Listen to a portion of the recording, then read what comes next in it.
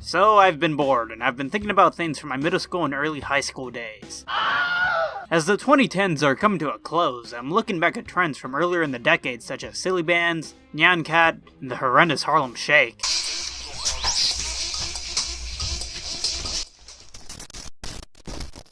A thing that's been piquing my interest as of late has been early 2010 mobile games, but most specifically one game in particular. I present to you all a haunting ghost from your past, and that is the hit 2014 iOS sensation known as Flappy Bird. For the 0.1% of you who don't remember this game, the objective of the game is to have the character officially known as Fabby to move continuously to the right for as long as you can, via avoiding pipes and tackling with the laws of gravity. Simple enough, right? Well, it's more challenging than it looks, and perhaps that's what made the game so popular. For the first year of the app's short life, the game was shrouded in an essence of obscurity. It was released in May of 2013 and didn't gain popularity until February of 2014. The reason for this is likely due to a variety of factors, but I've pinned it down to 3 reasons. For one, the game is competent. It's short and simple and gets straight to the point. Much like other successful mobile games of the early to mid 2010s, such as Fruit Ninja and Angry Birds, the game isn't complex. The game being free itself is also another factor for its success, alongside with the fact that it was easily shareable. Sharing your score in Flappy Bird back in 2014 was basically a way of declaring how much better you were than the other guy who only managed to get like 6 pipes, while you, the true alpha male in the classroom,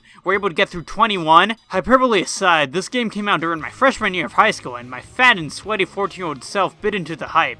However, instead of playing this on my phone, I used my iPad instead, which just made the overall experience extremely pixelated. Anybody else do that? The controversy with Flappy Bird, however, comes with the creator, Don Nguyen. Nguyen, a native of Vietnam, found games such as Angry Birds too complicated for mobile devices. He wanted to create a game in which the player was always on the move. He had hoped to make at least a couple $100 when he released the game, but its first few months on the App Store market revealed it to be a dud at first. But then, over a short period of time, the game became viral, with over 50 million downloads by March of 2014, and revenue for Nguyen exceeding over $50,000 a day. Nguyen had achieved his objective, but newfound fame came at a high cost. At the time, not much was known about Nguyen. Even today, a lot about the guy is shrouded in mystery. According to the Rolling Stone, aside from the occasional tweet, he had little to say about his incredible story. He ducked the press, and refused to be photographed. He was called a fraud, a con man, and a thief. Bloggers accused him of stealing art from Nintendo. Kotaku even wrote a clickbaity article titled, "Flappy Bird is making $50,000 a day off ripped-off art," accusing Nguyen of stealing the pipes and designs from Super Mario.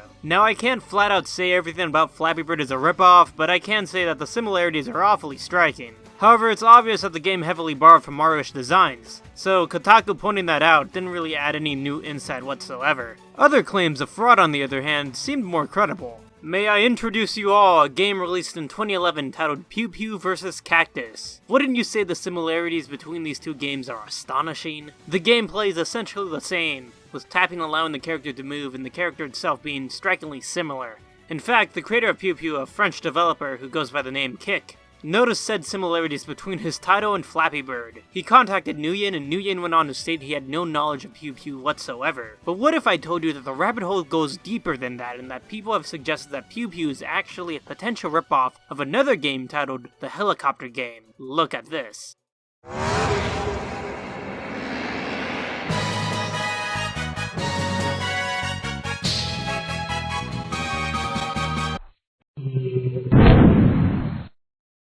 Okay, it's nothing too exciting, but it's an old Flash game, so don't be too harsh on it. Honestly, I don't see how this could have inspired Pew Pew, as the controls are also different, with the player having to hold a button and let go of it in order to advance the helicopter through various... what are those supposed to be? Floating green towers? I mean, it sure is a side-scroller, and the gameplay is also somewhat similar, but I think this comparison is merely coincidence. But between Pew Pew and Flappy Bird, there has to be certainly something amok. The similarities are too great. No matter what the case was, Nguyen retained a successful game. For at least a month, that is. Because Nguyen started to feel a sense of guilt on what his creation had become. Let me explain.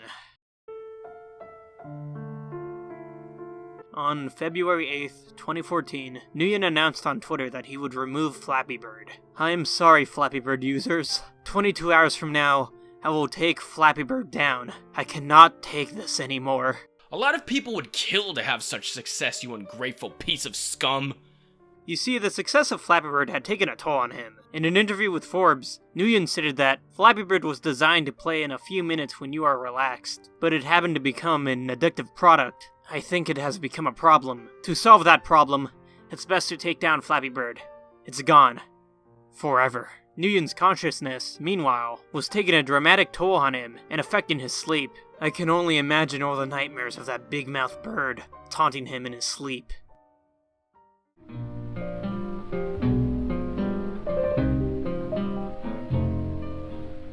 Following the takedown, users on eBay started to sell their phones that had Flappy Bird downloaded, offering $1,500 to the bids reaching as high as $90,000. It was so bizarre, I was wondering who in their goddamn minds would spend so much money on godforsaken Flappy Bird. Ripoffs of Flappy Bird became oh so common on the Apple and Google Play stores, all of them trying to grasp at the audience that Flappy Bird had left behind. I mean, look at this game titled Tap Tap Flap.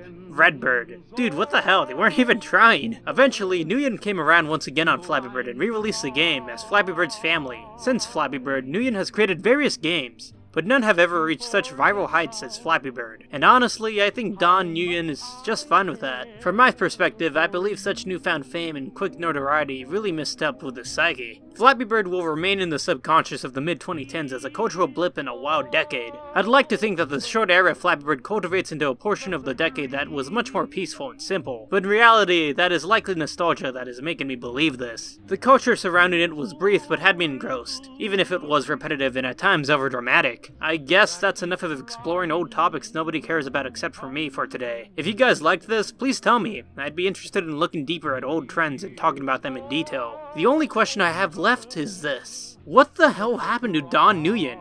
He's been missing in action for a while and hasn't posted anything on Twitter since 2017. Please send help. We must find out where the creator of Flappy Bird is. I'm dying to know. Please! It's all over but the grind, and nobody's crying but me.